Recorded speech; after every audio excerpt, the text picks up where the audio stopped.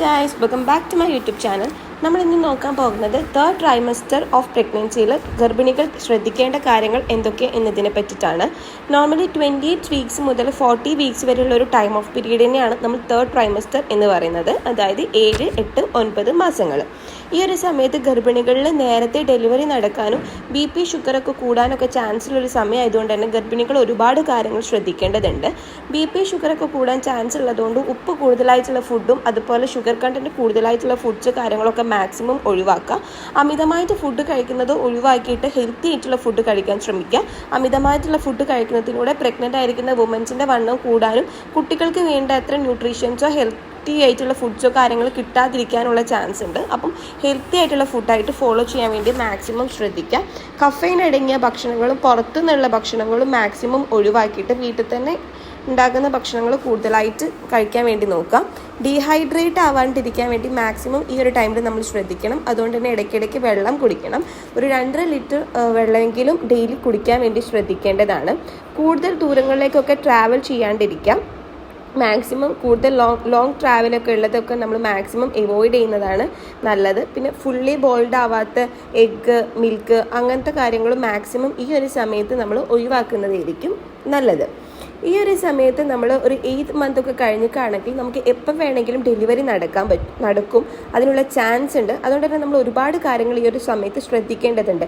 മെയിനായിട്ട് ശ്രദ്ധിക്കേണ്ട ഒരു കാര്യം എന്ന് പറഞ്ഞിട്ടാണെങ്കിൽ ലേബർ പെയിൻ ആണ്. അപ്പം ഈ സമയത്ത് നമുക്ക് ഇടയ്ക്കിടയ്ക്ക് പെയിൻസ് കാര്യങ്ങൾ വരുന്നതുകൊണ്ട് ഏതാണ് ട്രൂ ലേബർ പെയിൻ ഏതാണ് ഫോൾസ് ലേബർ പെയിൻ എന്ന് മനസ്സിലാവില്ല.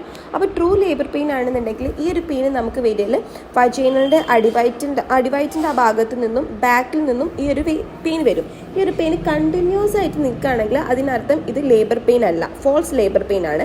ഈ പെയിൻ ഇങ്ങനെ ഇടയ്ക്ക് വരിക പോകുക അങ്ങനെ ചെയ്യുന്നുണ്ട് എന്നുണ്ടെങ്കിൽ അത് ട്രൂ ലേബർ പെയിൻ ആവാനാണ് ചാൻസ്. ഈ ഒരു ട്രൂ ലേബർ പെയിൻ ആണെങ്കിൽ നമുക്ക് ഇടയ്ക്കിടയ്ക്ക് ഇങ്ങനെ വേദന വരും. ഈ ഒരു വേദന വരുന്നതിൻ്റെ ടൈം ഗ്യാപ്പ് സമയം കൂടുന്തോറും കുറഞ്ഞു വരികയും വേദനയുടെ ഇൻറ്റൻസിറ്റി കൂടി വരികയും ചെയ്യുകയാണെങ്കിൽ അതിനർത്ഥം ഇത് ട്രൂ ലേബർ പെയിൻ ആണെന്നാണ്. പിന്നെ ഓരോ 15 മിനിറ്റ്സ് ഗ്യാപ്പിലും നമുക്ക് ഈ ഒരു വേദന വരുന്നുണ്ട് എന്നുണ്ടെങ്കിൽ നമ്മൾ എന്തായാലും ഡോക്ടറെ കൺസൾട്ട് ചെയ്യണം കേട്ടോ.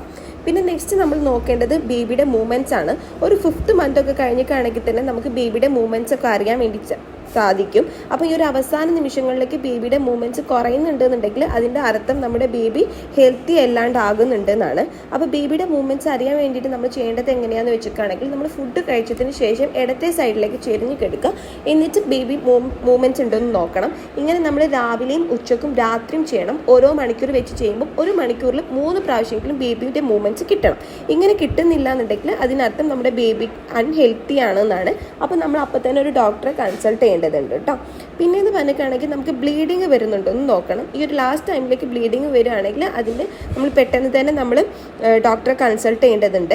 ഇങ്ങനെ ബ്ലീഡിങ് വരാനുള്ള ചാൻസസ് 2 കാരണങ്ങൾ കൊണ്ടാണ് നമുക്കിങ്ങനെ ബ്ലീഡിങ് വരുന്നത്.